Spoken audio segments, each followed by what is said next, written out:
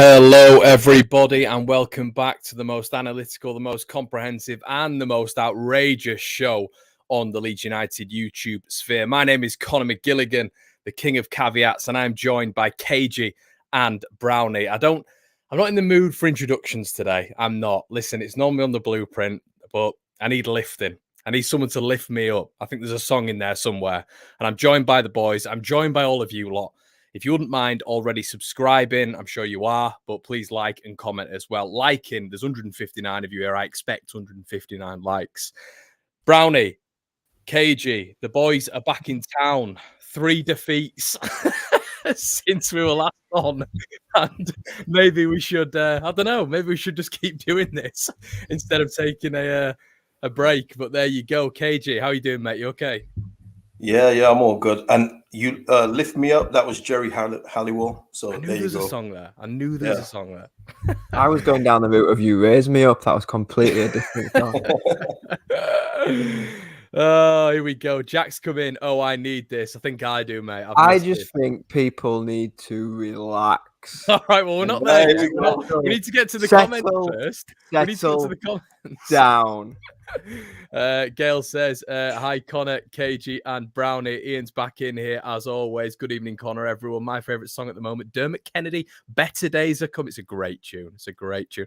And I can already see my man Colin. He's back in here already, supporting the channel, as always, supporting the debrief massively. Thank you so much, Colin, for your donation. Let me just get to it now. Okay, happy Christmas, lads. Depressing if we have to play Liverpool. I couldn't watch it. Sounds crazy praying for a COVID outbreak. Yeah, I mean, to be fair, it's not any laughing matter, but I just think the break, us need the break, is a laughing matter. Pure some in house. We're not getting demonetized again. I nearly got that at the weekend for the amount of swearing I did in my review. Thanks, LUFC Ireland. Brilliant stuff. Neil comes in and says, hi, gents. Right. Okay, lads. We've got notes. McGilligan's prepared notes. Okay, so we're here and we're going to try break down everything at the minute for you guys. I hope you enjoy this sort of thing and listen. We're here to talk about it, but I want to touch on the predictions straight away. I was trying to like accumulate the predictions over the past 3 games, and they've been a bit wayward, lads. But I've come up with this. Brownie is still leading at the top. Connor, where have you got 3 points from? Well, I did predict, let me think. I did predict a Chelsea win. I predicted a City win. And I predicted an Arsenal win. So that's 3. Wait. No. Hold on. No, I got that wrong. I've got it wrong. You have got it wrong. I have got that wrong. Right, okay, because none of us predicted City, so that was void. So that's correct. So I was already on 1, and then I got Arsenal correct, 1 point. I said Arsenal would win, and I said that Chelsea would win. So that's another point. So I'm on 3. I was already on 1, and I did all 3, and then I predicted. I'm sure you said we'd get something against Arsenal, did you not? Did you not say 2-2 in the chat on match day? I said 3-1. Yeah, we also lost in that one. Oh, okay, right, okay. My mistake. So Brownie will be on 4 then. KG is on 2. Look 100%. at this, guys. You've got to keep an eye on this Connor guy. I'm telling you. But there you go. I've jazzed up the graphic, everybody. But there you go. Right, okay, lads. So Brownie just before we go on, Ash in the chat, absolutely. Yeah. Some people may even triple captain him. What's this? Kind of cheating. Lee Waters, who needs a therapist when you have Leeds family? Yeah, that's it. I need a therapist, 100%. He does. I do, yeah. Yeah. Right, okay. Let's get on to it then. So, boys, Chelsea, Manchester City, Arsenal. I guess me and KG have had our thoughts put out on our own, obviously respected YouTube channels. So Brownie, will come to you. Just the general view on it, mate. Obviously, I know you've got your, you want to. I've got something loaded up for you, which we can get to in a bit. We can wait for that, but just in general, mate, your sort of brief thoughts on exactly what's happened over the last week. And this kind of sums up where I'm coming from, because we all lauded the Chelsea and we all felt how unlucky we were with the Chelsea game. Yet when we play the same way in a different game, we're slanging it off and we can't stand it. We need to play a different way. We need to adapt it. But when it works, we're all for it. So I I've listened to a lot of stuff and I've read a lot of things. And for me, you've got to take the rough with the smooth with it. Some games we will get battered. It's just the way it is. But the way we've played has got us to here. So, I mean, Danny Murphy mentioned it today on TalkSport. I was listening to the car. We can't really have our cake and eat it. We can't be 1 minute saying, what a breath of fresh air we are, we're front foot, we play this amazing brand of football. But then when it doesn't, this week has really been the first week that we've took a bit of a battering on the consecutive bounce, really. It's the first week of adversity for me. And it's 3 games that not really many of us expected to get anything from. The way we play, we need our top players available. And whether you like it or not, Bielsa will not change the way he plays. And he's trying to play a brand of football with players at the minute that just aren't good enough. When you've got 10 players out, the players he's using just ain't up to standard of what them 10 players that are missing are. I mean,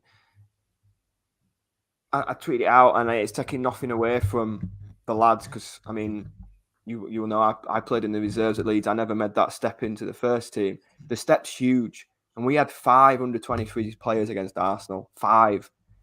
I'm not really sure what we can expect to get from a game where we're using 5 under-23 players in one match. And we can touch on recruitment all we want.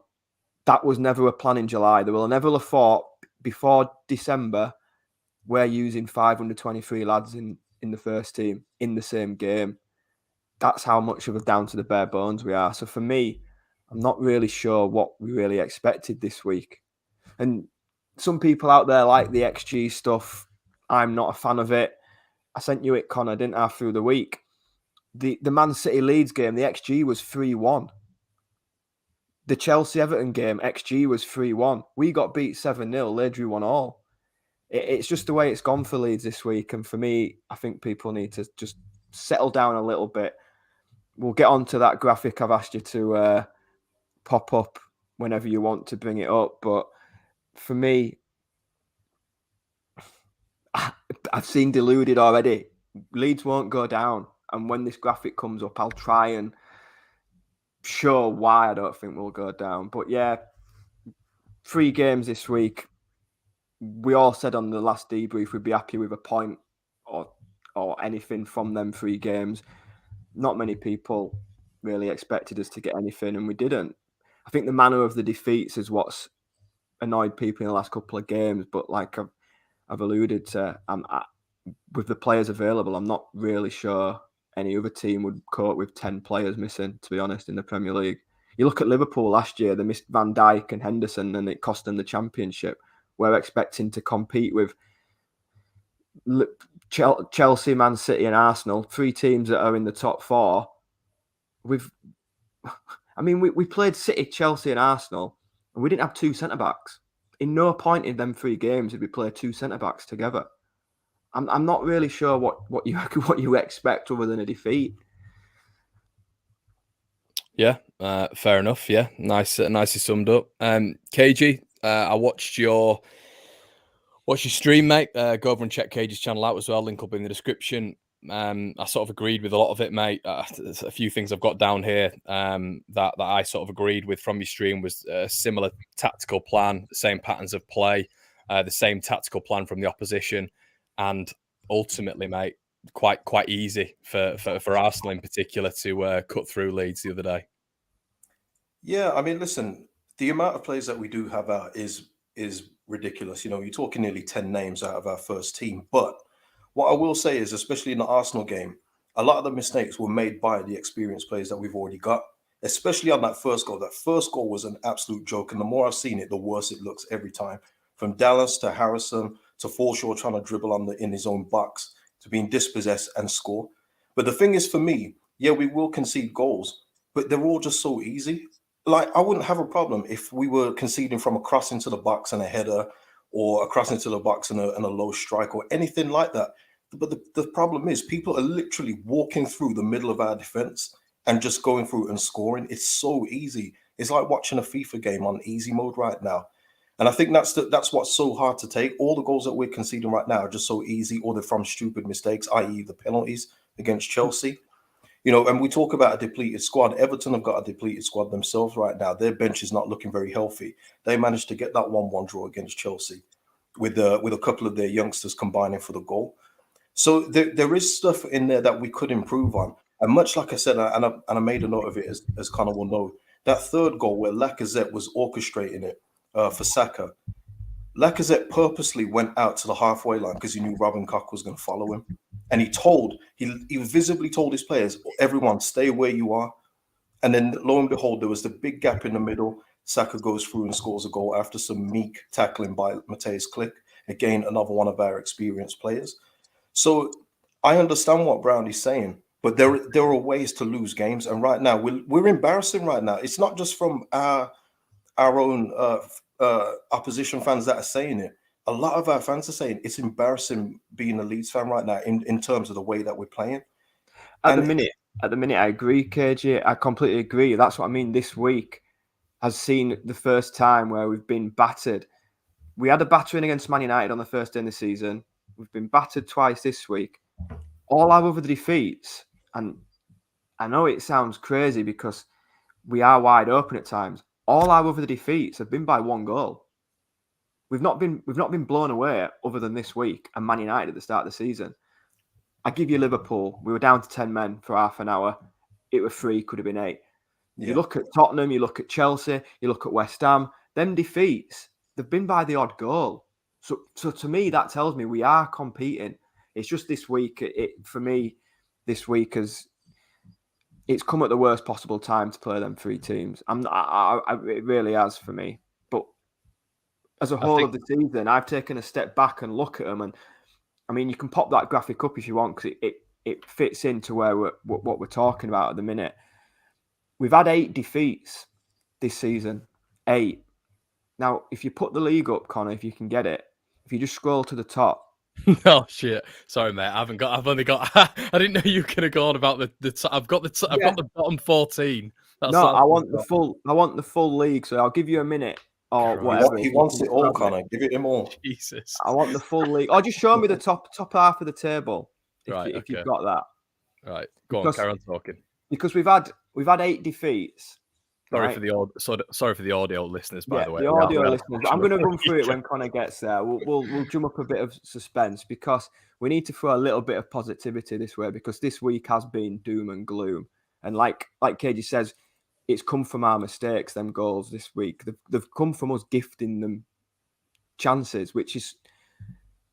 It's kind of been the story of the season, though, Brownie, when you really think about it. We've said this how many times? Apart from this week, we've not been dismantled that way. We've been in games. West Ham was a 90th minute. Leicester, we drew. The Chelsea, Tottenham, they've been by the odd goal. We haven't been blown away as a whole. But there we go. So we've had 8 defeats. 7 of them are them top 7 teams. Did anybody expect us to finish in the top 7? Because I know me and Connor thought we'd be mid-table to 13th. KJ, I don't think you mentioned us being in the top European places. We've lost 8 games, and one of them was Man City, one of them was Liverpool, one of them was Chelsea, one of them was Arsenal, one of them was West Ham, one of them was Man United, one of them was Tottenham. So the games we've lost are the games that you expect to win. Because, I mean, I know people say, well, Burnley went to Chelsea and got a point. Well done, but if you're going to get beat by Newcastle the following week, it doesn't matter. Then if you show the bottom half of the table, which is where we're expected to be, go from the bottom up. 1, draw, 1. Southampton was horrendous. Draw, 1. So they're the teams that we're competing with this season. And we're doing all right with them, with what we've got. Our squad is a mess at the minute, and on this debrief we've always gone back to recruitment, which I've always said: is it Bielsa not wanting the players? Is it Artur Radrizzani and Kinnear not giving him what he wants? That's the big question for me. But that bracket of teams that we're competing with ain't beating us. We've lost to one of them teams this season, and that's with never having a proper team. So if they can't beat us when we're misshaped and mismatched and matched up, that is why I firmly believe we won't go down. because them players will come back. And I saw the comment about get Liverpool called off. Once we've played Liverpool on Boxing Day, we'll have ticked off Liverpool twice. We'll have been to Old Trafford. We'll have been to Man City. We'll have been to Chelsea. We'll have been to Tottenham. I mean, I'm not sure how many teams down there will have played all them teams away. For me, the second half of the season can only get better, to be honest. And that's why I'm still maybe delusional, but that's why for me this week's been a bit of a mad one. But on the whole, the teams we are competing with, we've been more than all right. And that's without playing great. Let's be right. We've not played great this season, and teams still aren't beating us down there. Yeah, I mean, obviously there's a lot to unpick there, 100%. I think, with regards to what Cage was saying at the start as well, when we're talking about Arsenal, and it was interesting you brought up Everton there. Everton started with 423s. Obviously, like we were just saying, they managed to go to Chelsea and get something. But when we talk about the team being completely battered, it 100% was, but there was still 9 senior players in that team. And I want to put out there that I did not expect Leeds to get anything against Arsenal. You boys know that I didn't expect Leeds to get anything anyway. But I would say when you've got 9 senior players in that team to be in the game for 20 seconds, which I think we were, and I thought we started all right. Yeah, we did start okay. I thought we started okay. We got a nice little corner at the start that was headed away, and that's where it started to turn. But I think with all of those senior players in, you look at still Robin Cox, 26 years of age. I know he just came back. There's definitely a caveat there. Ayling, Dallas, Click, Forshaw, Raff, Roberts, Harrison. For me, against Arsenal, there's got to be a little bit more competition there. There's got to be a little bit more fight. I understand that, listen, the cohesiveness of the squad is all over the place. I get that. Completely understand that. But to be absolutely battered, and let's be right, let's be completely transparent here. Arsenal should have been 2-0 up within about 5 minutes. They missed 2 golden opportunities. And I think, a stat I saw earlier on as well, and I just want to bring this out there. And I know, listen, the numbers are all down from last season. The amount of goals we've scored is nowhere near. The amounts of goals we are conceding is the exact same. As we all, we don't like talking about XG, but we'll bring it up. The XG is completely off this year. The running for me looks completely down. The numbers are down when you look at it statistically anyway. So I think, I think comparing it, and I understand it. I understand from a results standpoint, it's not that bad. But for me, there's a growing, worrying trend that's developing with this side. And I think that is I'm just trying to give a more sort of... I agree. I know what we've done. And it's been okay. Listen, we're 16th. I understand that. But I think to keep coming on and saying we're going to get players back, this, that, and the other, when that is not happening. There is no trend. There is no pattern. It's always the same thing. We saw Dallas and Ayling struggle with injuries at the weekend. So that's consequential. It keeps happening.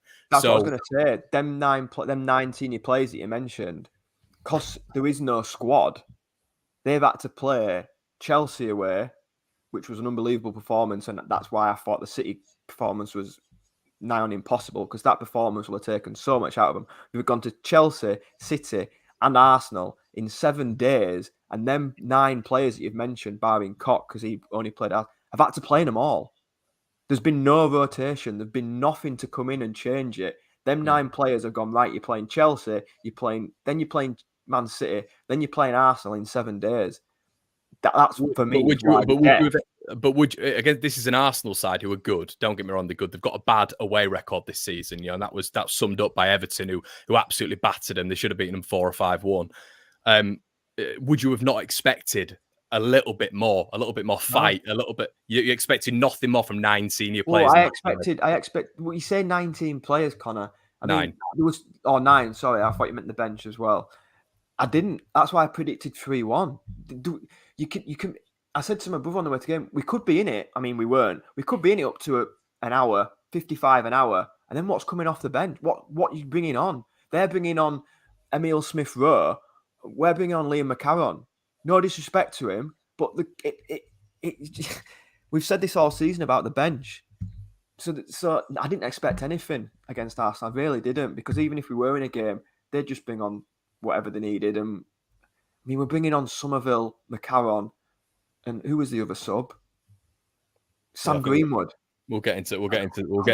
I mean, you can't compete it. Arsenal are in the top 4. Let's be right about it. I'm not sure how. This is what's blowing my mind. Nobody expected anything from this week. Everybody dressed it up as a terrible 4-game run, but yet we're all having a meltdown because we've got beat. Well, we expected to get beat. Nobody thought we were gonna. I thought we'd get something from this 4 run of games. I'll openly say that. But that was before we had an avalanche of more people going into 4-patch surgery than an LGI has inpatients. It's just been a monstrosity of a week. Yeah. But in saying that, in expecting losses, of course you don't think you're going to win every game. I mean, that's impossible unless you're one of the elite teams. But come on, man, that 7-0 against Man City. Didn't you feel the embarrassment, man? Of course. Yeah, like literally, it was humiliating because you know what as well. Everyone was watching. I do think Man City could do that to anyone. They can. Man City that night, they were ridiculous. The movement, whether we made it easy for them or not, they were a joke. And they've gone to St James's and scored 4 at the weekend. They scored 4, could have been 10 again. They have a chance every 2 or 3 minutes. Honestly. Yeah, but I think 4 or 5 of those goals were our making. I think that's fair to say as well. Yeah, that's the problem. That's the issue. That's the issue.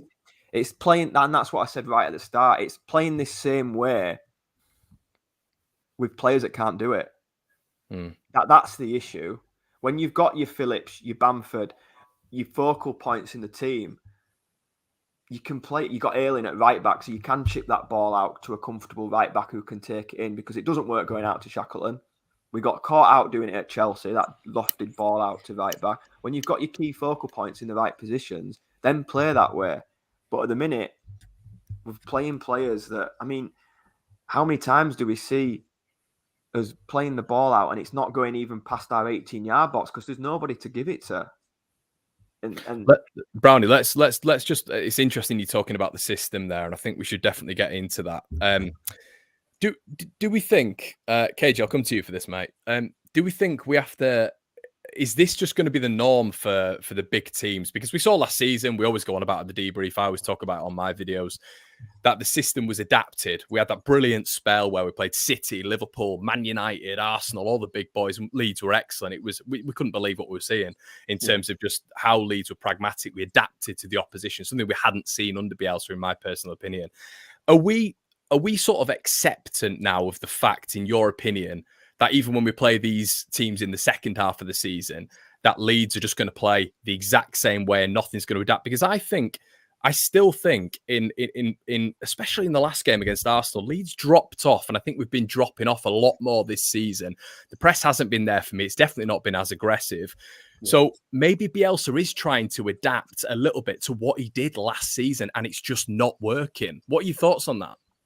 Yeah, I mean, we definitely adapted in the second half of last season. It was clear as day as well that we did, because the whole style kind of changed because we were starting to slow the game down. Whereas we'd throw the ball back in straight away just to keep the game going. We was holding on to it a bit. We was getting those cheap free kicks by going down. We adapted last season. We even adapted in the Chelsea game as well. I think there was a couple of players, maybe Dallas and somebody else, that was doing the man-to-man marking. But on the whole, we was dropping back and making them try and break us down against Chelsea. That's what was happening. But then he reverted back to type against Man City. We saw it with Foden and everyone pulling our centre-backs around. We saw it against Arsenal with our centre-backs being pulled around. There just comes a point for me where, yes, we're going to lose games, especially when we've got so many players out. But if you're going to man-to-man mark, you have to make it work. And I always remember Calvin Phillips versus a hot Bruno Fernandes when we drew 0-0. Absolutely shut him out the game. That's how you man-to-man mark. What we're doing right now is not man-to-man marking. I don't know what it is. It's like having a shadow following their player around at the minute because they're not doing anything. Cage, is it fair to say as well, just to add to that point, what you're saying, I'll put this back to you as well, mate, that's not only being the top 4 sides. We look at that Burnley for 75 minutes against us, Brentford second half when they stepped up. Newcastle second half. Southampton for 90 minutes, Brighton 90 for 90 minutes. Southampton, I mean. Sorry, I'm just saying it's not just against these few clubs that we've played in the last week. This has been going on pretty much all season, but once again, it seems like people want to forget about the previous performances. I can't forget them because I've done videos about them, about what I've seen, and it hasn't been good. So it's not. No. Yeah, it's not asking for. You can play this system. You really can play this system, but if you've got the players to do it, just like Liverpool in their system, and I said it on my video. If Liverpool had lesser players playing the way that they do, they would get opened up way more than they do right now. But the fact is, they've got class players in those positions and 3 good workhorses in the middle. So much so that you saw what happened when a couple of them were out against Spurs. They struggled in the midfield and they drew 2-2. But there was no Van Dijk and there were no Henderson, and they were Tottenham were cutting through them at will yesterday. Yeah, that's exactly like us.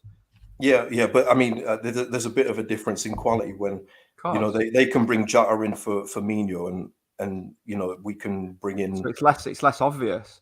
Yeah. That's it. It's less obvious. That's all I was trying to say, and just a quick question to all the people in the comments, and maybe you, Connor, and KG as well. It hasn't been good, and we're saying we have to change the style of play. Yet there's four teams below us. How bad must they be? If we're being this bad, and they're still below us, by the way, they haven't got 10 people missing. So I think what it is for me, Brian, it's not just about changing just the way that we play. It's just about being sensible. Just don't ask your centre backs to follow around a striker, especially when the striker is just Lacazette. Let's put it into context. It's Lacazette. We're not asking him to follow around a Ronaldo or a Salah. We're not asking him to follow around one of the most dangerous players. It's just Lacazette. But by doing that, you open up so much space. And the amount of times as well in the midfield that the midfielders have got like 10, 15 yards just to work in. It's too much. No one can do that at this level. And I think, me included as well, I think the panic comes from the environment we've been in for the last 3 years, where we've had to win every game. When we've had the title race with Norwich and Sheffield United, we had to win every game because the teams around us were winning every game. And then we had West Brom and Fulham, that title race. We had to win every game because if we didn't, then they'd catch up points. Because we were at the top end of the league. When we're not in that position anymore. We're in a position where we've lost 3 on the spin, yet the teams below us have gained 1 point. These teams aren't winning every week like your Fulhams and your West Broms and your Sheffield Uniteds and your Norwiches were in that title race. We're in a situation now where we're competing with teams like Burnley who have won 1 in 15. So we might lose 3, but it don't mean they're going to then go on and win 3. And Newcastle have won, 2? Norwich have won 2 out of 15. We've won 3. So we're not in a situation where every week, right, oh God, we've lost. That's it. We've dropped a place.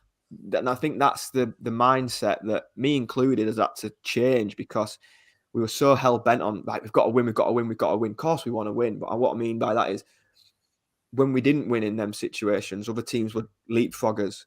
That doesn't happen. We're 3/4 of the way through this absolutely stinking run of games, and no team below us has won a game in that spell.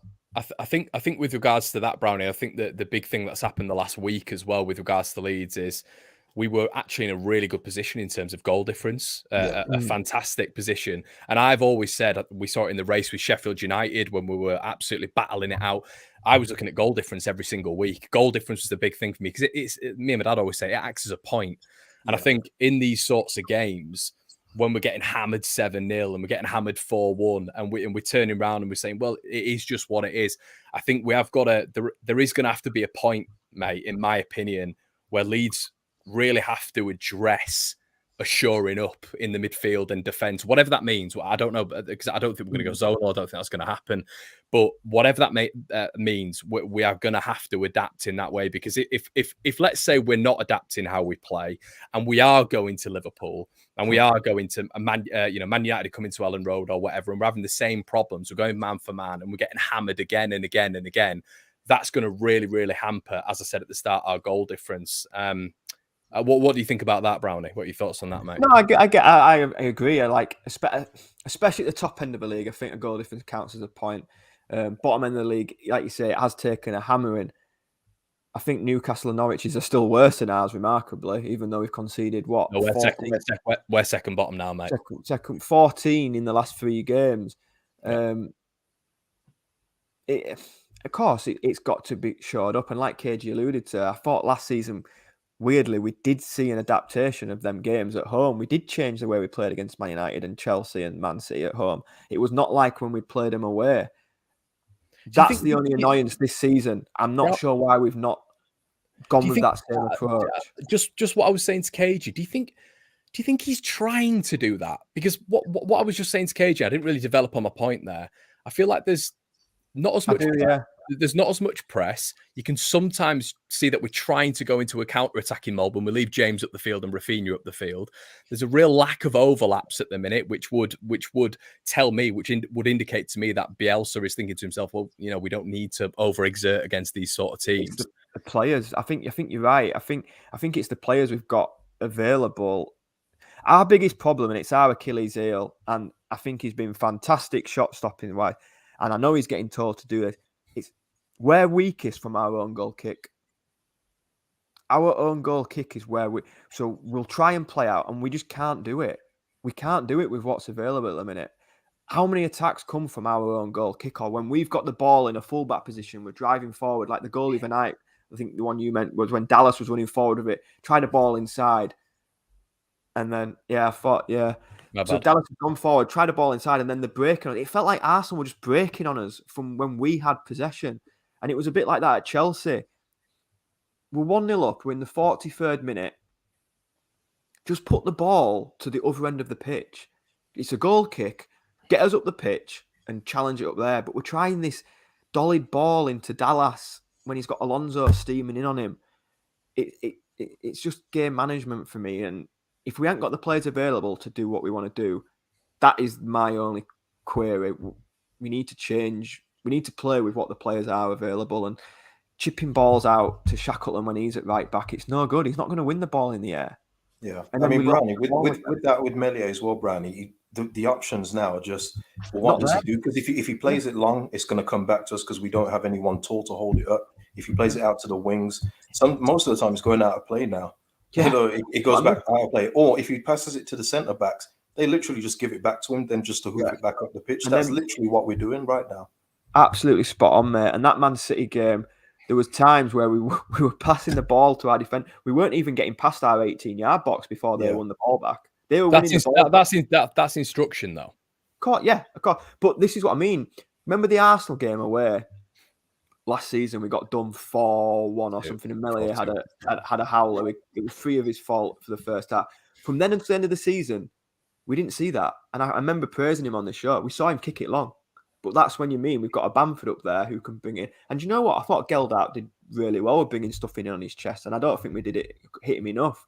But when Dan James is down the middle, it just comes back constantly like the Man City game. You go long, it's just come back because that's not his game. Yeah. But you're right, that is instruction. And that's, for me, the stubbornness that every man and his dog, woman and dog can see that us playing out from the back isn't working. And KG was absolutely spot on when he said Lacazette dropped in. He must have seen Foden do that a million times the other night. Yeah. And we just went with him to the halfway line. He's not a striker, but he was playing there. The first goal came from it. Foden picked the ball up on the edge on the halfway line, and there was Ayling right up behind him, or Llorente up behind him, and there's a massive hole. And teams are seeing that and copying it. And honestly, Brownie, at this point, I know managers are quite respectful, but they're loving playing us right now. And again, it's not just opposition fans saying it. It's some of our own fans are even saying that now, where managers must love coming up to play us now because they know what they can do. And I think if we see it again against Liverpool, I can't even imagine what the score will be. I mean, us three and the people in the comments and that, we're not Premier League managers, but we can all say, we all know that when we get a goal kick, we'll either pass it 5 yards to centre-back or we'll chip it in to our right-back. Or the centre midfielder will come across and act as the right-back like Dallas was doing in that Chelsea game because Shackleton just can't bring it in when the ball's coming down. He just gets bullied. So Dallas was coming out and it was like that De Bruyne goal where it was in acres. Oh. That came from... So Man City had a goal disallowed for VAR. We had a free kick like a goal kick. That came from our goal kick. Yeah, came 30 seconds later. we had 3 players go out to the right-hand side. We chipped it in. Zinchenko won the header. Grealish popped it inside. And all our team are shifted to the right-hand side because our right-back can't bring it in. And then De Bruyne is in the middle with Forshaw just trying to get close to him. But Brownie, if we can see that as people, Premier League managers can see that. Let them have a go. I think, Brownie, to be honest with you, and this is where I'm going to expand on your point at the start when you said with Threadbare, and you bang on, and this is why it's a problem, because I think there's so many players within that remit. And you look at Arsenal, I mean, I could attribute 3 of those goals to senior players. Now, what's wrong with the simple ball? Where's that gone? Where is the simple ball gone? Why can't we progress the ball? Why can't we play it 5 yards to our man adjacent to us? Why does everything seem so complicated with Leeds United's play at the minute? Why can't we just simplify the play? Because it's a mess. But this is what I'm saying, Brownie, in terms of we're talking about the system. 100%. Ilan Melier, I've just found a stat from Who Scored. He's faced, if you've seen it, he's faced 103 shots already this season. So we're talking about his distribution. Without this guy, we could be bottom of the league. Yeah, I completely right. Shot stopping wise, but I bet 80 of them shots have come from our goal kick. I'm not even joking, honestly. Yeah. The amount of attacks teams get from, I'm not blaming Melier for that, because like you say, it's instruction, and that's where he's been told to put it. It's clearly an instruction, because it doesn't matter who's playing, he'll chip it to our right hand side. You know what I'm talking. You know what I'm talking about, simplifying it as well. Yeah. KG. When we, it seems like, with the Roberts for the 4th goal, the back heel step, and it goes, straight either to Emil Smith-Rowe or Odegaard. Odegaard had the De Bruyne role at the weekend where he just had the freedom of the stadium, And obviously we had the issues with Jack Harrison where he lost the ball for the first one. Then it went to Adam Forshaw, couldn't get rid of it. Was thinking in his head, where can I play? What pass can I play? What incisive? Yeah, I blame Drameh for that. He's facing him. As a right back, just pass him the ball. And this is what I mean. Our players are playing with different players constantly because of how many injuries are in and out. There's no cohesion. There's no right, he's going to be there. It's all off the cuff for me. It just looks all off the cuff. It looks a mess. And you're right, it is our senior, but they're playing with people that they're not normally playing with. But with Cody Drameh, what I will say is there's been amped opportunity for Marcelo Bielsa to involve him within this. I saw exactly why I have been. I know I'm going to get hammered for that. But honestly, we say, he did well. Martinelli was his man. He scored 2 in half an hour. But Martinelli's he's a world-class youngster. And Drameh... He's the same age. He might be the same age as Cody Drameh. 20. Well, he's a top prospect. He's not world-class yet, man. We throw that tag around. They're both 20. We made him look like a world-class prospect. Yeah. We made him look like Messi on Saturday. They're both 20 years old. And Martinelli scored 2 in half an hour. And he was Cody Drameh was Martinelli. At the end of the day, there's no beating around the bush about it. That was his man. Well, so then for me, though, you've got to look at Robin Koch, who's his side of the defence as well. Why is he not talking to him? Why is he not giving him instruction? Where's the senior players here? Why are we blaming a 19, 20? Yeah, and that's another thing as well. Hold on. I know Brownie's very dead set on Drameh being the problem for that. But if Adam Forshaw just clears the ball, we're not talking about a goal there. We're literally not talking about anything there, but he's dribbling inside his own box. That's a problem. Of course it is. Yeah. No one wants to talk about. I'm not purely blaming. No. I'm just saying, no one wants to talk about any of the promotion guys because you all feel a sense of loyalty. But that first goal, was a sequence of events from all the experienced guys. Drameh may not have had his man, but he shouldn't have had to because the ball shouldn't have been there to be dribbled off in the box. How many times do you see that happen in the Premier League? You guys will have obviously seen. I've not watched it back replays. Was Forshaw pushed, fouled? Because he seemed to go down after he'd had the ball. For me, originally I did think it'd maybe go to VAR, but I thought it was quite a nice tackle from Lacazette. He just pressed him and nicked the ball. But I think you are. I mean, Brownie, I've watched the goals back so many times, especially before this, and I think I can completely understand where you're coming from with Drameh. And yes, he is definitely at fault, 100%. But what I will say is, with the likes of just taking care of the ball as a senior player. You've been indoctrinated into the system for 4 years now. With that so avoidable, and with Tyler Roberts, with Matthias Klick not properly tracking back, with Jack Harrison losing the ball in his own half when he doesn't need to be losing the ball there, and there's 4 Arsenal players coming forward, when there's Robin Koch getting dragged out of position for absolutely, there's no need for him to be dragged out of position. And then again, is that instruction, like you're saying with Medellier's goal kicking it out to? Is that an instruction, right? Follow him. Well, it's the man marking thing, isn't it? Yeah, yeah. That is the problem. Yeah. I mean, should we? I agree, though. I agree with that. Just finally on that tracking back, I saw it quite a few times. Players were just letting him run. Yeah, well, I think what annoyed me, and I can't imagine Klick was man marking Lacazette. I can't, but like KG said, he dropped deep. He dropped to the halfway line. And I can't remember if it was for the 3rd or 4th goal. But they all just seem so confused. And Klick is pointing at someone to follow Lacazette. And Klick doesn't sort of take, like you would generally, you'd just go follow him, wouldn't you? But Klick is pointing for his man to go and get him. But it's like, transfer, you go get him because he's in a horrendous position here and he's about to put the ball in the back of the net. And Klick sort of, he realizes, he checks back, and it's almost a confusion. He doesn't know what to do there. And that's sort of what I don't. KG, do you feel that in the game as well? It was just, the man marking system was all off, wasn't it? Yeah. I mean, there was a few instances with Matthias Klick, and I know he had a hand in getting the penalty in terms of passing it to Gelhardt, who wins it. But there was even times when he was going forward. I mean, one of their goals came from that Xhaka pass into Martinelli. It's because he didn't receive the ball. He ran ahead of the ball and just left it. And also when he was going forward, there was a time when he was dilly-dallying around because he's low on confidence as well. It's not just that he's not good enough right now. It's just that he's low on confidence too. So he had the ball for it felt like 10 seconds. He didn't pass it left, right. He didn't know what to do with it. And that wasn't Matthias Klick before. We knew what Matthias Klick was going to do before. He would have had a shot. Whether it was going to go in or not, he would have had a shot. But his confidence is shot too. And can I just say this as well? Jack Simpson's come in and he said Jack Harrison had 3 players pressing him and no outlet when he lost the ball. I think he had 2 players pressing him, and that's right. But for me, it's the simple thing again, Jack. Well, with that, you put the ball into the stands. Just if you're under pressure and you've got 3 Arsenal players pressing you and they've got an attacking position where they could really break on our side, put it into the stands. We don't need to start dribbling it round, passing it inside when you're being pressed. Put it out and let's recover. Let's get back into our structure. Yeah, and I was just going to ask then, interestingly, there doesn't seem to be options when players have the ball. If you look back at them, it sounds mad. 14 goals we've conceded. How many times? When you say it like that. How many of them? Just in general, of like Liverpool or Man City conceded that this season, like 14. We've just done it in a week. Have they done it this season?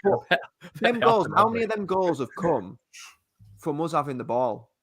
This is the point. Yeah, this is the point. Yeah, that's what we're saying. Yeah. It'd be interesting to go back and look at them, and I bet over half of them at least, over half of them at least have come from us having the ball. Honestly, Brownie, they have. They have, and that's the problem. So are players hiding then? Because that comment there about there was no option. A lot of them, Brownie, are low on confidence, and you can clearly see it because they're not moving with any fluidity right now, and that's a confidence issue. The cohesion. Because there's players in and out, left, right, and centre. Because it's literally strap up whoever can play and get a pair of boots. I mean, I saw a tweet and it made me laugh. It was like Janet from accounts was going to be playing up front. I was howling, and like Nelly the elephant were going to be centre back. That's what it feels like, and it's like there is no cohesion, like you say, KJ. There's no cohesion. It's just like all off the cuff. So is it a surprise that all the goals have come from? Also, somebody has just mentioned it as well. That does happen as well, and he's right. I can't see the name. It's gone up, but we get a free kick near our halfway line, and it goes back. We're not playing forward anymore. It goes back. I noticed that a few times as well. And Brownie, I think when you were talking about all those great things at the start, and you bang on, and you make it makes me feel good, and I'm listening to you, and I'm thinking he's right.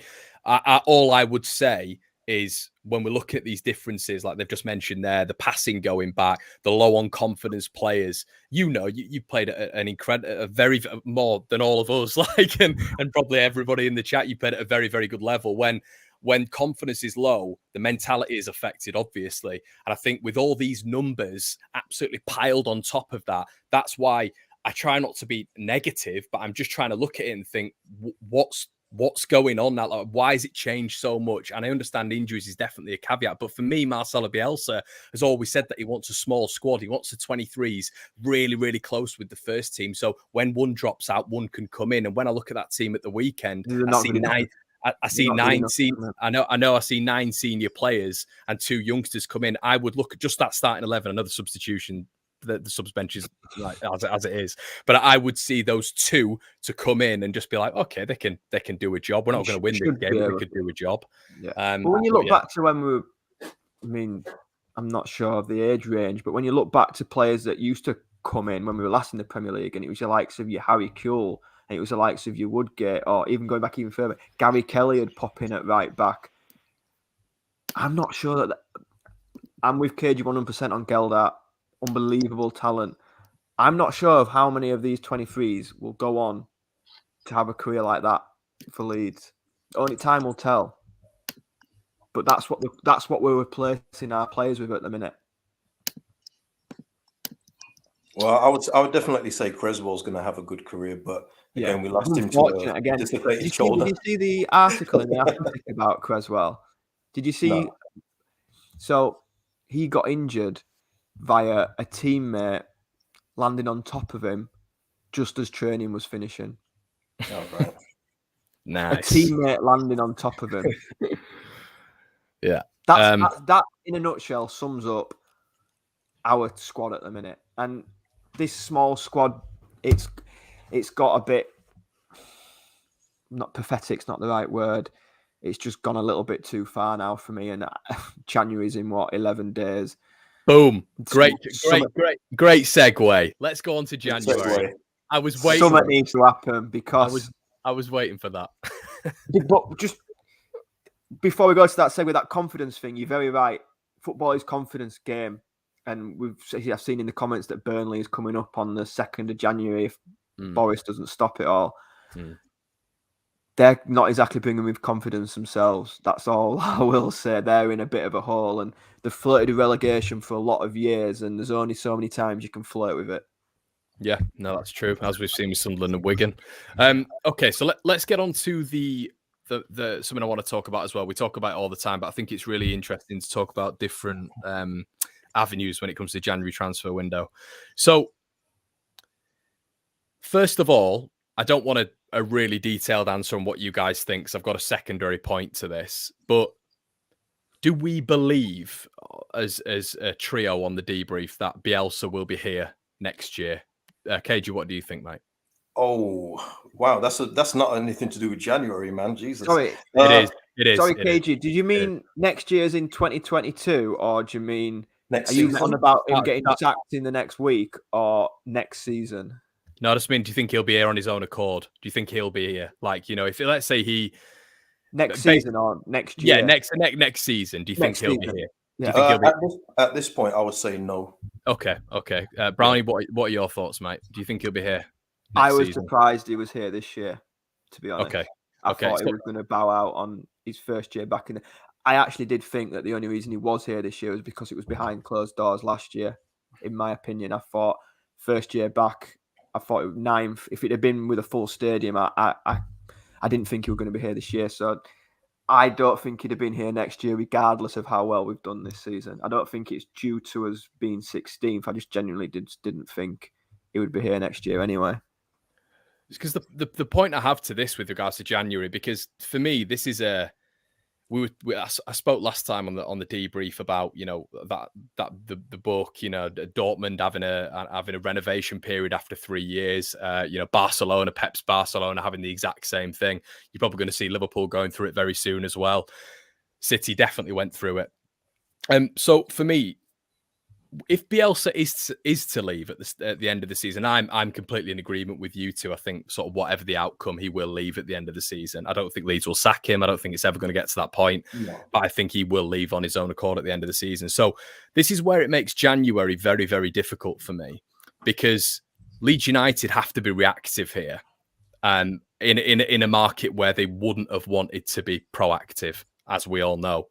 So if Leeds are to buy players in January, there's a big problem there, KG, isn't there? Because do we buy Bielsa players for the long term, or do we buy? Are we plastering up the squad just in short term? It's a very, very difficult one. It's a very interesting conversation, but this is definitely something that I think the hierarchy at Leeds United and the 49ers obviously will be considering right now. What are your thoughts on that? It's when you've got a director of football, they usually go along for what they want the squad to be, and then the coaches. So if they're looking long term and thinking Bielsa's not going to be here, because like as a few people have said, we've got 2 or 3 names where if Bielsa goes, we've got somebody to come in. So and that's also very interesting, by the way, because I've never heard that while Bielsa's been here. Sky Sports dropping some bombs, weren't they, on the weekend? Yeah. Commentary. So if we are to get players, do they have to last into next season? I don't know, because I think there's a couple of players that we can get in on loan, and there's nothing wrong with getting players on loan. I think that's something that people need to get out of their head. It's not just about developing players and they being sold by their parent club for 40 million. That's got nothing to do with us. Let's use them while we can, get the best out of them for Leeds United, and stay in the Premier League so we can actually do proper business in January, in the summer. And whether that's KG there, when you talk about loan players, are you talking about, let's say, I don't know. I'm not using him as an example, by the way, but let's say like an Eddie Nketiah. So basically a top club just having sort of periphery of players that we can grab, or you're talking about championships, loan to buy, because obviously there's a huge difference there in long term and short term. Yeah, certainly not Eddie Nketiah. Please don't link that with my name. But but from the same club, I would say Ainsley Maitland-Niles, because, and I know somebody here, I think they said it quite early in the chat. They said he was rubbish at West Brom, but Conor Gallagher faded away for them too. It's not just about it's not just the play, it's the team that they're playing in as well. And let's face it, Maitland-Niles comes in at right back. He's easily the best right back at the club if he comes in. So why not use him?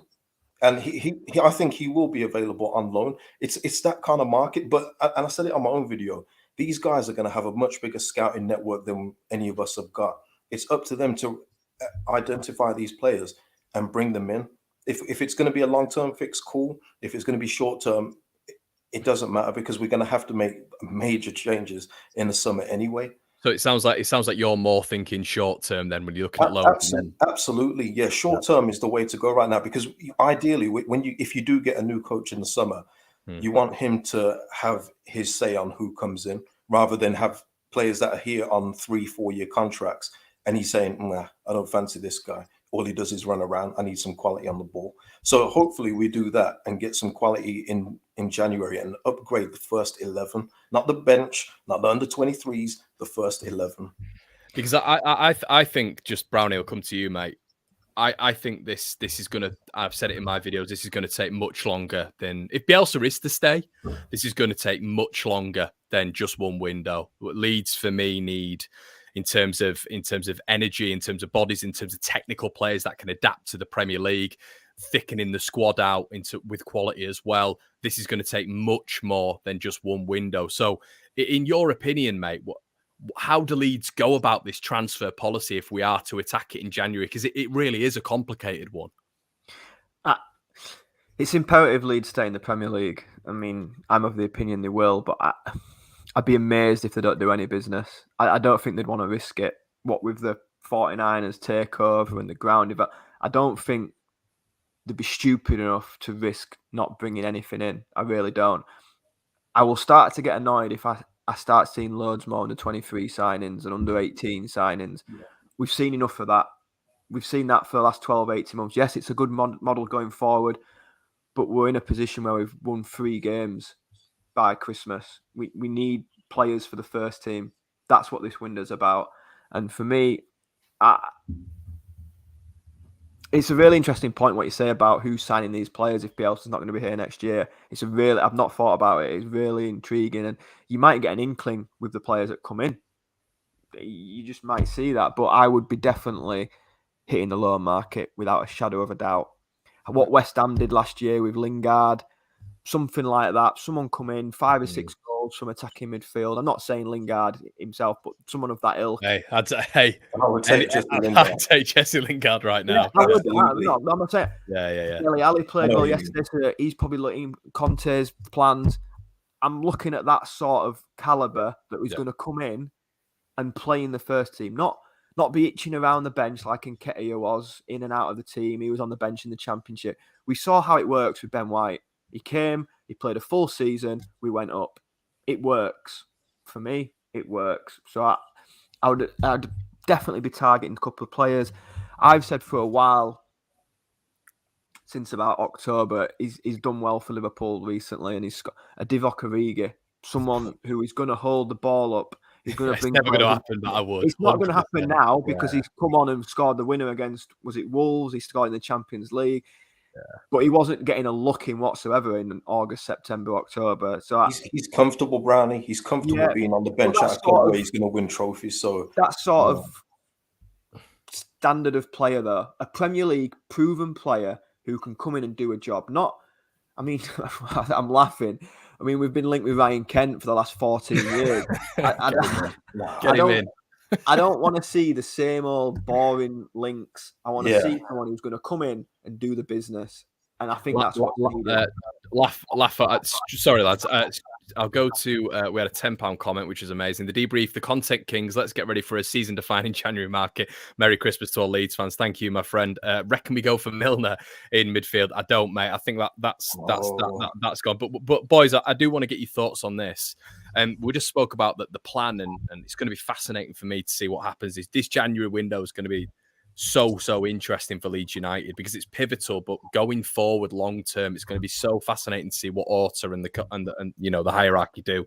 But in terms of players coming in, are you a little bit worried as well about not only the price, because clubs are now going to know Leeds' injury record, clubs are now going to completely understand that Leeds are begging for players. Leeds seriously need depth, so they're sort of going to have us a little bit, and I've got down here as well the timescale, and what I mean by the timescale is that adaptation period. We saw Dan James come in, and within 2 games he was 100% within the side. Listen, but when you bring in a technical player who's from a different outfit, maybe an outfit that doesn't press as much, and is it within a man marking system and all this sort of stuff, we normally see it taking longer and longer. We saw it with Eddie.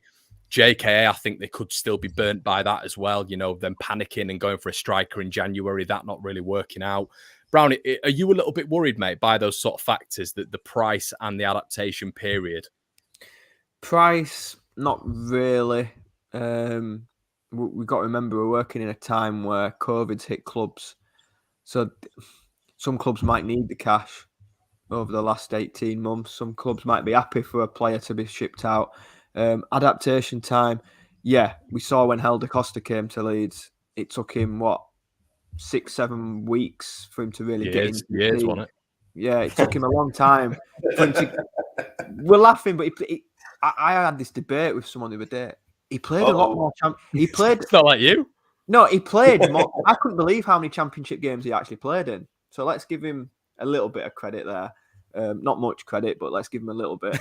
I used to love him, mate. I used to absolutely love Helder Costa, but it took him until like October, November time to get into the side, is what I was meaning. So when we're bringing these players in, if you're saying that same time scale, you're looking at March. Well, that's pointless. Do you know what I mean? So you're going to have to. Brownie, if you get like a John Swift, and we've been speaking about him on the Debrief for a while now. I know Cage is a big fan.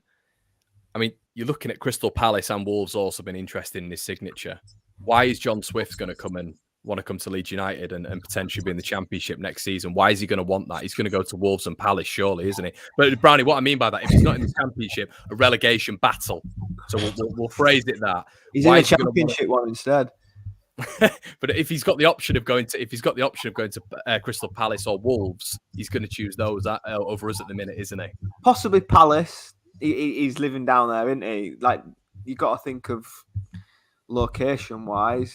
This is why I think Newcastle will struggle. Yeah, they've got a lot of money. No disrespect to anybody who's in this comment section that lives in Newcastle, but beautiful city. It is a lovely part of the world, but you're right. People would rather be down south than in Newcastle, and it's a similar thing with us. Like, it's a little bit different. You've got Leeds, Manchester. They can attract players. But you're right, John Swift. Why would he come up north when he lives down in Reading? You are right. That's going to be the problem as well. I think attracting players. I'm not so sure that we're going to go and spend money. To be honest, I think if it is Brownie, it would be someone like Swift who's got 6 months left on his contract. It's going to be something cheap like that. Yeah. When I say money, I don't like I've seen in the comments Lewis O'Brien for 10 million. I can't see us doing 10 million bits of business. It'll be someone who's got 6 months left on the contract, or a good standard loan that you might have to pay a couple of million for till the end of the season. That's the only thing I can see us doing. But I'm sure in his latest presser that he said Bamford, James, and Struijk would be back for Liverpool. So there's 3 bodies straight away back in. And this is what I mean. We're not going to be without all these 10 players till May. What I will say, though, is in regards to new signings taking a time, and that used to be the case. But if we look at it quite recently, more so with Firpo and Dan James, they've literally been thrown in because Firpo, if anyone should have been in the under-23s when he returned from his latest injury, should have been him. But he got subbed on against Spurs, and it's like, wow, that's really unique. But then we also see Dan James; he's been used quite a lot as well since he got signed. You know, he's basically one of our first team players now, first 11. So I think even he has adapted in that way too, because we would never have seen that in his first 2 years. No chance. I've just seen a comment from Mark. Was it about David Ginola went to Newcastle? He also went to a castle in Wales. So let's not read too much into his location of places. In all fairness, though, in regards to in regards to location, it is true that the London thing usually is a factor. It's more so with players from down south. I remember Jermaine Defoe didn't move from London for the longest time, even though he had ample opportunities to move to Villa, etc. But a bit more now with technology and everything else, players don't mind moving because they can see people that they're close to. So although the location's fine, and they've got no problems getting down to London as well, you know, with things like that. But also as well, in terms of players coming in, we've already seen teams doing business. Everton have already getting Michael Enko in at left back, ready to ship out Luca Dinu, who hasn't really worked for them. He's on the move. Teams are already starting to make the moves. And for me, that's important now. I want them to be doing business right now. We're on the 20th of December. Get these bodies in the first week. Don't wait until the last week. That's going to be hardly any good to us. Let's get some business done early on. That would be really good. In case that would also mean that, you know, you've got the likes of Burnley and Newcastle already down in terms of fixtures. You know, you want to get these players in early, you know, knowing that they're coming to the club, knowing that this adaptation period is going to be shorter leading up to these pivotal games. I mean, Connor, I know you worry about Norwich more than anybody, but even they will be buying new players. They'll be buying new players too. With Dean Smith, there's going to be Newcastle. I mean, Newcastle have agreed a fee apparently with Kieran Trippier. He's on his way apparently. So teams around us are already moving and shaking. So that's something to look out for. Definitely. Andy Hart with the donation. We will give Aubameyang. Is that Aubameyang for free? I think he means Aubameyang. Yeah. I don't know if you mean Gabamin from Everton. I'm not sure. For free and pays wages. Also, guys, Arsenal's start to season was terrible, but Arteta has steadied the ship, so keep the faith. Yep, thank you. Slightly different context, but yeah, I appreciate the comment, mate, and thank you so much for the. And if you do want to give us a Aubameyang, we will take him. I don't know, mate. At the minute, Christ. Sujal said, lads, huge fan of the channel from day one. Merry Xmas. If MB goes, who would you like? So, well, we're getting into the realms of the end of the show anyway, lads. So this could be quite a nice one from Sujal. I know he's a long-term subscriber as well. So, Frank Lampard. Yeah, don't know what that's about. It's a shocking link, that. I think that's a load of rubbish, guys. So don't take the away from that. I've got my name. Did you say Daesh? Yeah, get him in. You are honestly. I love it how you just don't know what I'm joking. I love how you don't know what I'm joking. Rumour has it, Connor has Burnley posters on his bedroom wall. Honestly, I've never known a guy more worried about Burnley than all my life. Goodmanson on the wing. Loan deal. Dean Smith. Bring in McNeil while we're at it. I'd take McNeil. Chris Wood, Charlie Taylor. This is what I'm glad we're laughing. I'm glad we're laughing because it has been a bad week, right? But there's so much worse than us out there. I'm telling you, honestly. There is, but let's try and distance ourselves from these teams because right now we are one of these teams, and we can't get out of that fact. We are one of these teams now. But to that super chat, Gasparini from Atalanta, I would love to see him come. Yeah, I mean Gasparini. Leeds fans in midweek. Well, that's Sorry? yeah. I mean, I said Pep. He said he loved the Leeds fans support in midweek. he did. Yeah. The good thing about Gasperini as well is Atalanta play a very, very similar brand of football as well. They're just miles better at it. Yeah, and he also took Tian Coop Miners, who we should have really got. So he's got an eye for talent. So I trust him. Yeah, I'd agree with that. I'd agree with Bandy here. I wouldn't mind Potter. I wouldn't mind Graham. You know what you see this Potter thing though. You know it's very interesting because Bielsa's been hammered this week, and rightly so. We've got to say rightly so. But Graham Potter hasn't won a game in something like 11, 12 games. He's like IKEA. He's drawing everything, but yet he's being talked about like he's the solution. It's very strange how these things go around. Where Graham Potter is going through this beautiful phase, but he hasn't won a Premier League game in double digits. So I'm glad you said this, KG. Well, let's see where they end up, and then they're dropping like a. But this is what I mean. They're 4 points above Leeds. Yeah, and they were in the top 4 near the first this is what I mean. games of the season. And this is what I meant by right at the start. I said we just need to relax a little bit. It's been an horrendous week, but like Brighton and that, they're getting plaudits galore, and Brentford are abreast of. There were a couple of points above us. And this is what I mean by. I mean, I don't think it'll be a high points tally to stay up this season, to be honest. I think the three of the bottom 4 are done for me. I've said it for a long time, and I think the points tally will be gash. The only thing that will save Newcastle. The only thing that will save Newcastle. Pardon? It's all right, nothing. The only thing that will save Newcastle, like you say, they're bringing Trippier. They might spend a bit of money, but it's 3 from the bottom 4. And yeah. And Mourinho did just absolutely batter Gasperini at the weekend. KG, hey, relax. So what? that means Bielsa's done for then, isn't it? That's what that means. Come on now, guys. Come on. That fraud Mourinho. That fraud Gasperini, yeah. It is an interesting point because he's done something that nobody's done for 16 years. It's a big seat to fill. It really is. That's what I'm talking about with Dyche. He's perfect. Oh. We've got Dale in with Lee Bowyer. What about that? Oh, no. I'd rather Bowyer than Dyche.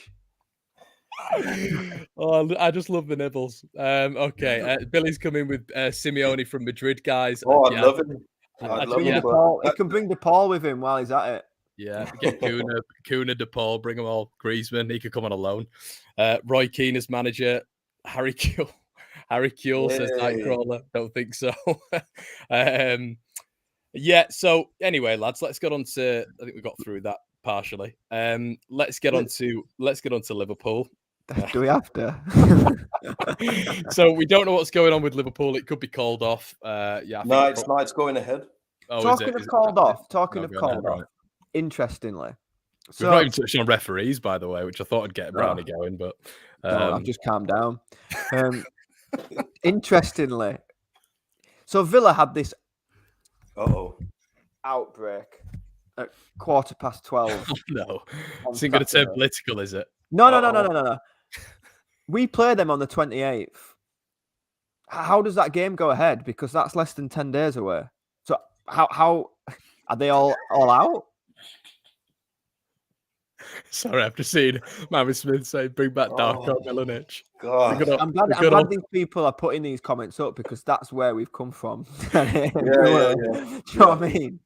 But yeah, just for the Villa game on the 28th, they've had this COVID outbreak. How does that game go ahead?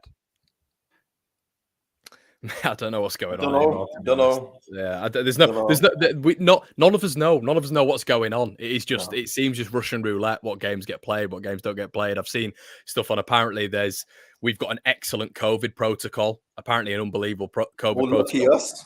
Yeah, exactly. Alongside Liverpool. Apparently, us and Liverpool have the best in the league. Apparently, something about the ones that have gone ahead. I know that the COVID cases does go on how many players are vaccinated in your squad, which for me is an absolute shambles. Like, how can you be punished for having your full team vaccinated? Do you know what I mean? Connor's sweating right now, Brownie. Connor is literally sweating. I can see him. Monetization's going. What do you mean? Anything political, mate? You got to be careful. Oh, that's political. That's not political. That's fact. We're getting into the realms, though. We're getting into the realms. Okay, we'll move away from the political corner. Okay. But how does that game go ahead? Does it go ahead? Is it going to be off? Do you know what I mean? Like Van Dijk, he's isolating for 10 days. His finishes on Boxing Day. Will he be able to play in the game? Well, we've already heard Thomas Tuchel and Klopp get really upset over the past couple of days, haven't we, about their squad? Well, whatever they say will happen. So we'll just wait for the next update on their press conference. that is literally it, isn't it? Whatever they say, it's going to happen. So yeah, I'll tune into what Klopp's saying next week.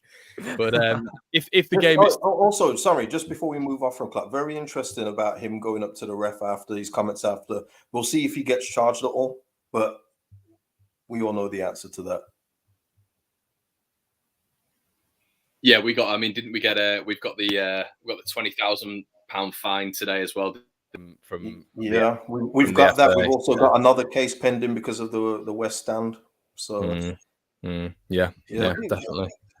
And also the throwing of the object as well against Brentford. There's a few things now. So yeah, with a perfect court case. Okay. I don't know if I'm allowed to say this. I'll keep shut. Do you want to text me or? Pardon? Do you want to text me and we can just go on to the Liverpool game in the meantime? Yeah, you do a little bit and I'll see if I'm allowed from HQ. Okay.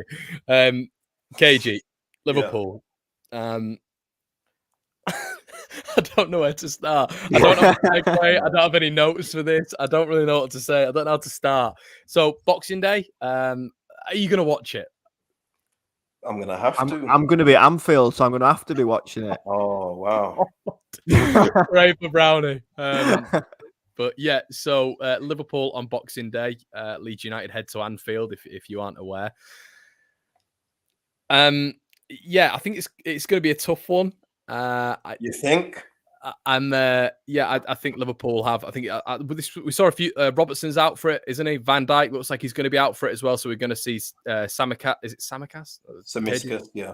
Tsimikas, yeah. He's going to come in, obviously, and then we might see what Nat Phillips or who else is going to come in. They've got Konate. They've got Matip. They're all right. Okay, great.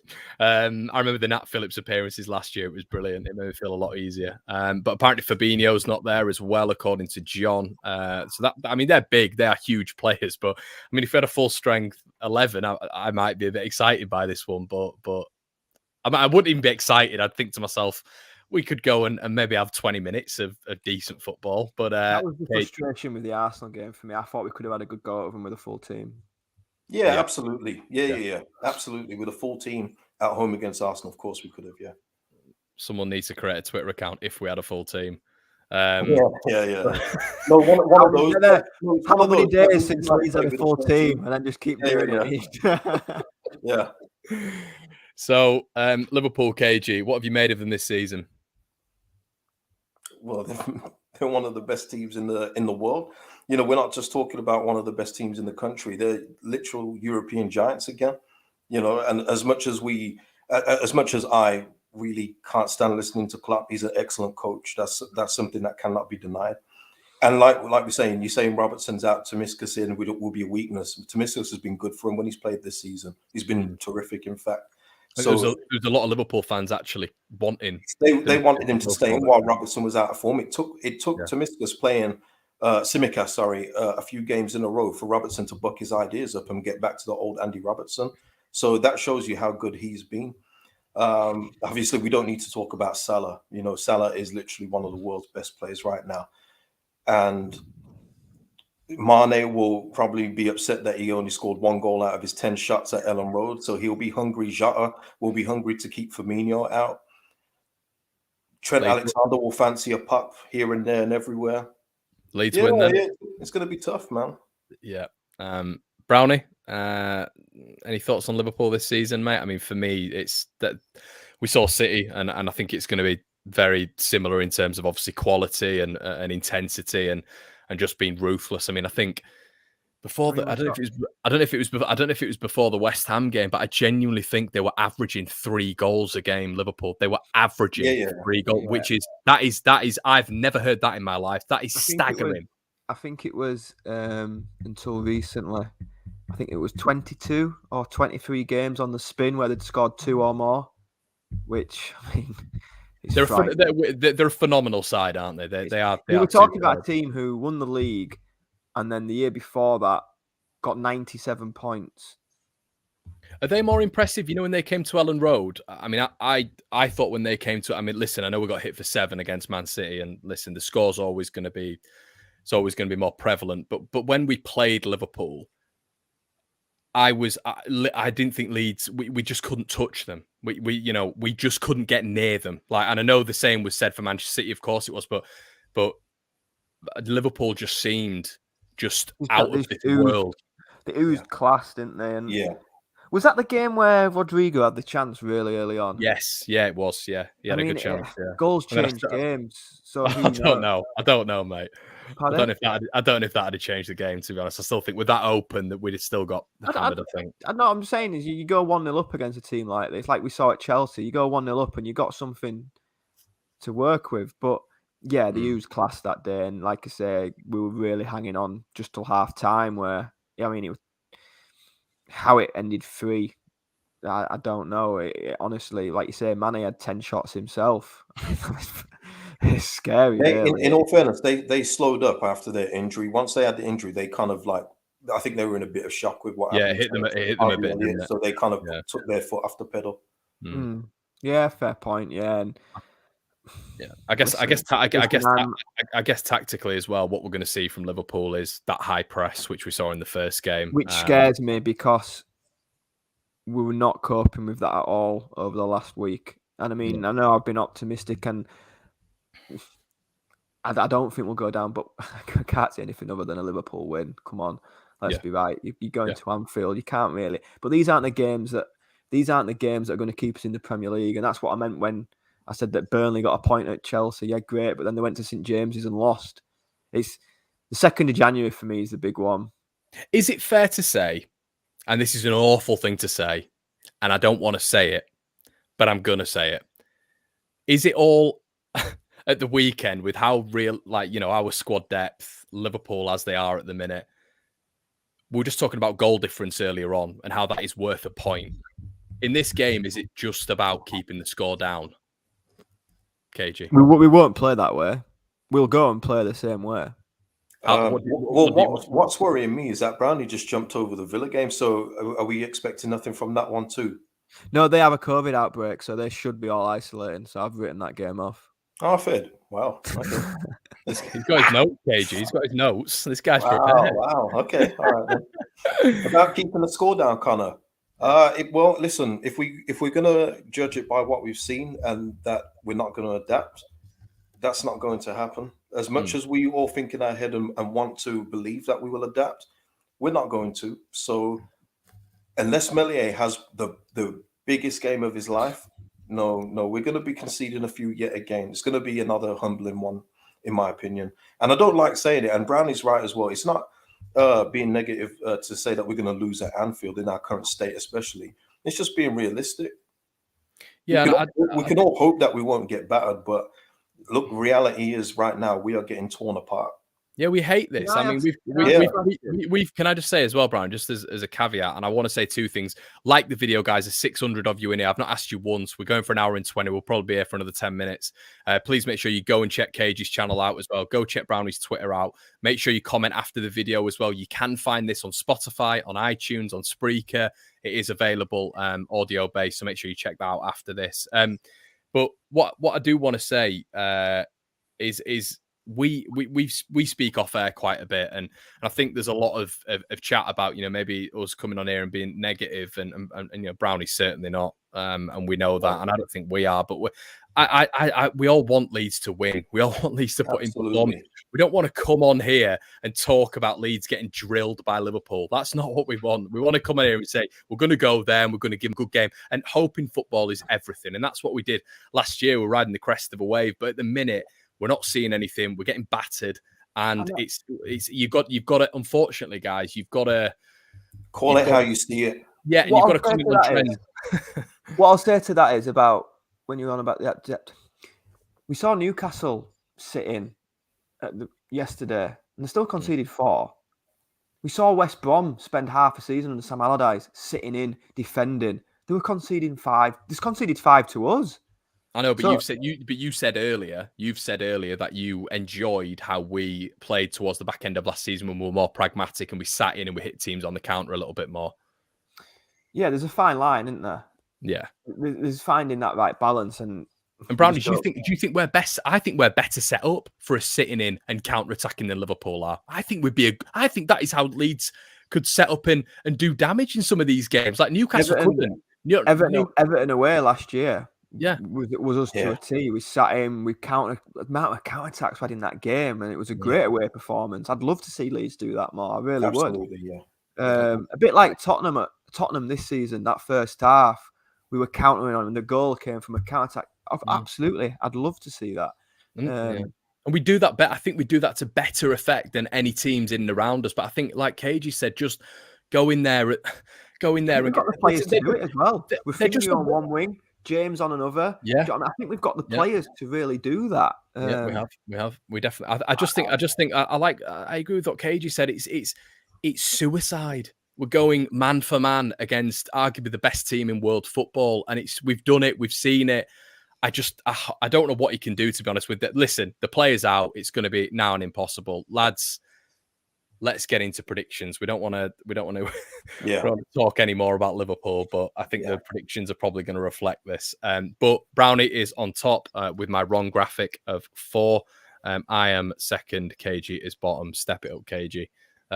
So we are going for Brownie first, as always. Get everyone in the comment section below. Get your predictions in, please, as well. 3-1 Liverpool. Is it bad to say I'd be happy with that? Yeah, it's awful. It's awful to say something like that, man. It's horrible. I think we've just got to look at it and. No, but are you saying that's horrible? Are you saying that's awful from me, or are you saying that's just awful in general? No, it's awful to even think that right now. That's where we are. I have mean? Liverpool. I have Liverpool and Man City as the best 2 in the world and miles ahead of anybody else, to be honest. Ooh, I like Bayern Munich, man. I gotta say, Bayern Munich are a very, very good team. I still think Liverpool. If you're putting them in the Champions League final, a one-off game against Bayern, I think Liverpool and City. We'll see, won't we? Yeah, we will. KG, are you going to say Liam McCarron's going to win it for Leeds in the last minute, or what's going on here, mate? One thing I'm very mindful of is competition, and we've literally just seen Man City put 7 past us. Arsenal put 4. Liverpool are not looking at this and saying, we hope we only win this 2-3. They're also looking at goal difference too, because I think Man City, as much as we decimated ours in the last few games, Man City have improved theirs tremendously. I think they're ahead of Liverpool now in terms of goal difference now. So I think Liverpool will be looking at this one as a way of one-upping Man City. KG, can I just say correct score as well is worth 3. So I just want to let you know that. Well, listen, I think I might predict the Man City game. Not really. We didn't. No, not really. It was sort of fragmented. I put it in on my socials app if that counts. Yeah, and I text mine in. I need another point on there, Connor. I don't think I predicted it. So it's that's a void. Unlucky. That sounds like a you problem. It's a void. It's a void. Yeah, I had 3-1 down for that one. Silly me. Okay, yeah. Score prediction. Oh man, head or heart? Is he gonna go with his head or heart? No more heart stuff, man. My heart's dead. It's gone. I need reviving. Oh God, dead heart. I think I'm gonna go. All right, I'm gonna take it easy. I'm gonna go 5.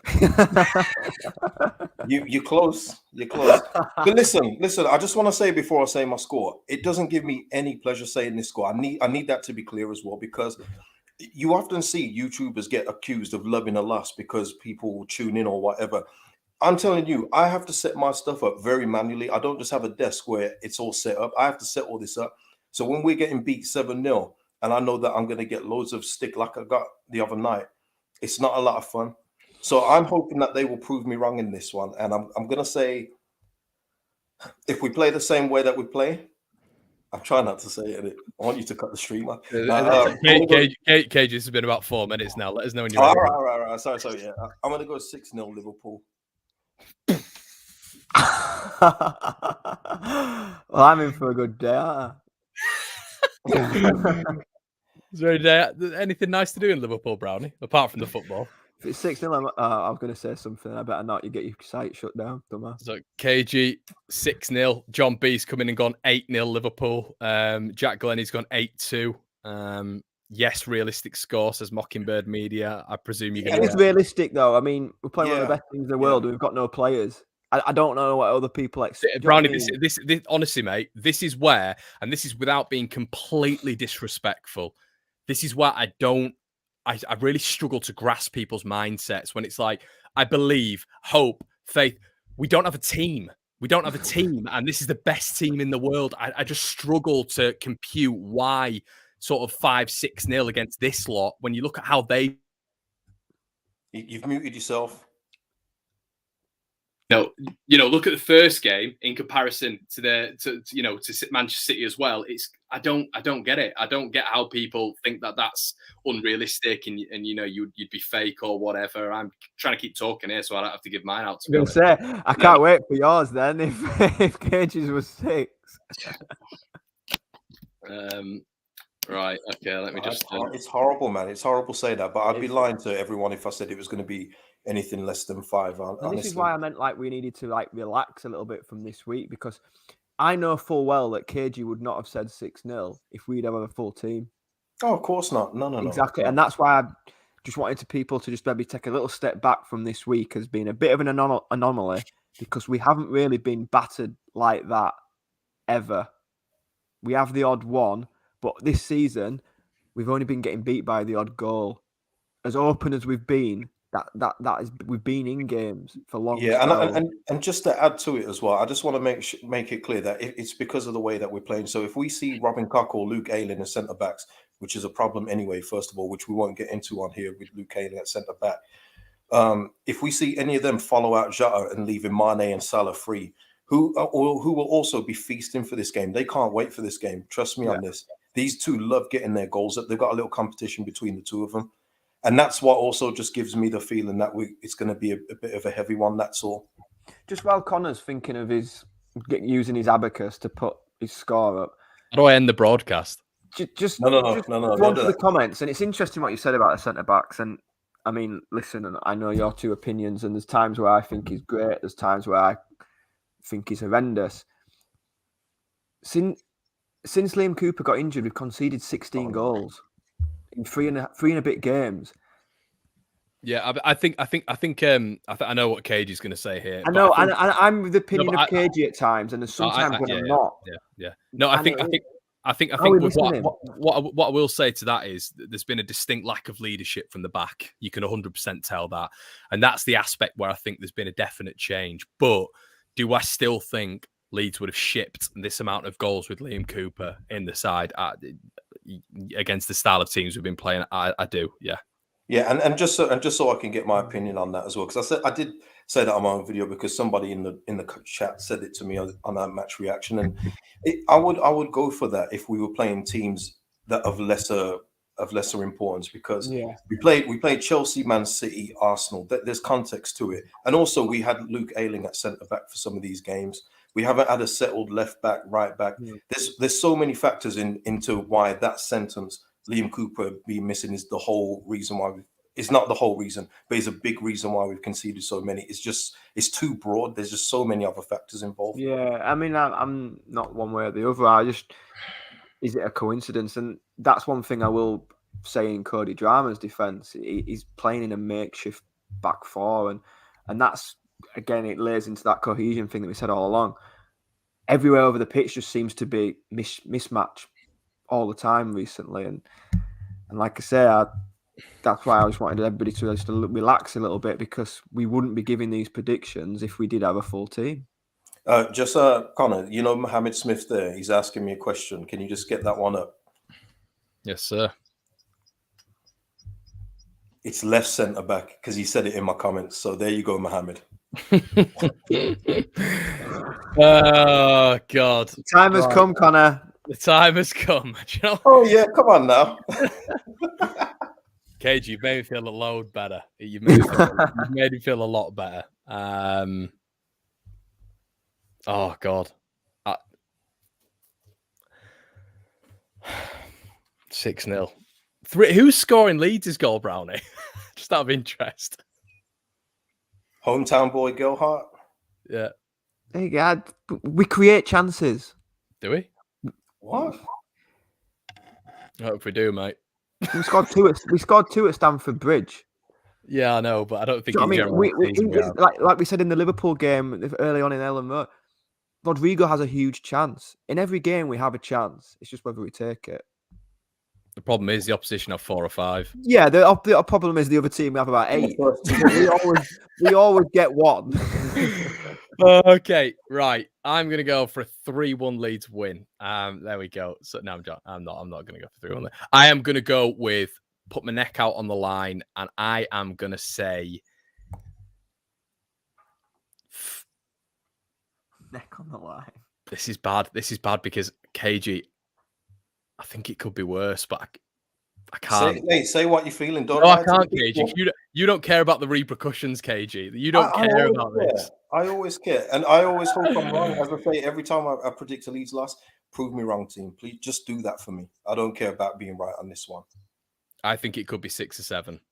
Well, give us the number.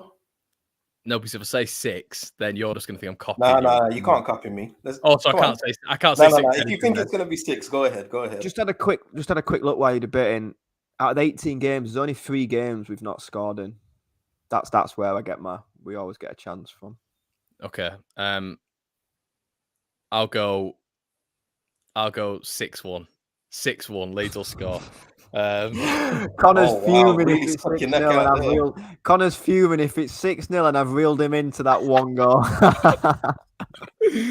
Maybe Gelhardt will come on and score. KG, you need to start being a little bit more positive, mate. That's all I'll say. You're honestly, people. I would love you to see some. Oh, anyway, if I speak, I would be in big trouble. Big trouble. KG, that emoji you put on our group chat, the lock, got to stay like that, mate. It's right. It stays locked.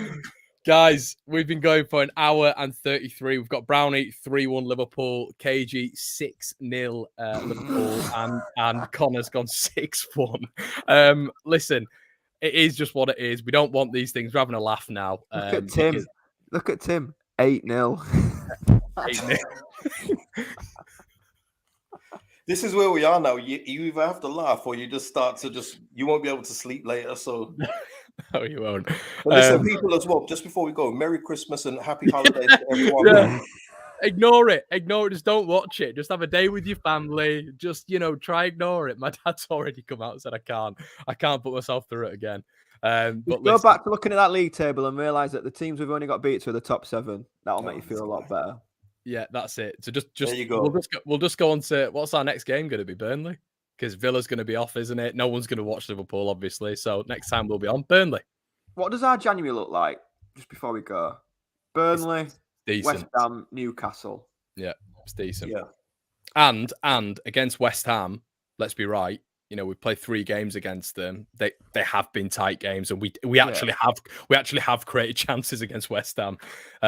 So yeah, the West Ham one's quite interesting, to be fair. But guys, there's a lot of people saying that Villa isn't off, and I think that's how they're looking at it so far. I think they had that meeting earlier today, didn't they? And they said they're going to try and fulfill all the fixtures where possible. So we'll have to see what Villa's situation is going to be. They might have to field a mismatched team themselves, so it might favour us. Are we going to be back before? We will be back before Villa, won't we? I presume we are. Yeah. 26. When is the 26th? Is that 26th? That's Boxing Day, but then we play them on the 28th. Villa's on the 28th, yeah. Yeah, we'll get one in. We'll get one in. Guys, thank you so much. Make sure you go check out KG. There are 540 of you here. Make sure you're still liking. Merry Christmas, everybody. We tried to make it a little bit upbeat. It's tough times for Leeds at the minute. We've got to be realistic. It really is. 14 goals in 3 games. But we try and make it a little bit funny just to get you through it and to get us through it. But this audio version, obviously, will be on Spotify, iTunes, Spreaker, all the good stuff. So make sure you check out there. Make sure you download it as well. Don't just listen to it. Download it, because then we can look at our statistics as well. This has been, I think, the 11th episode of the Debrief. We will be back for the 12th very soon. Thanks for tuning in, guys, and we'll see you in a bit. Cheers.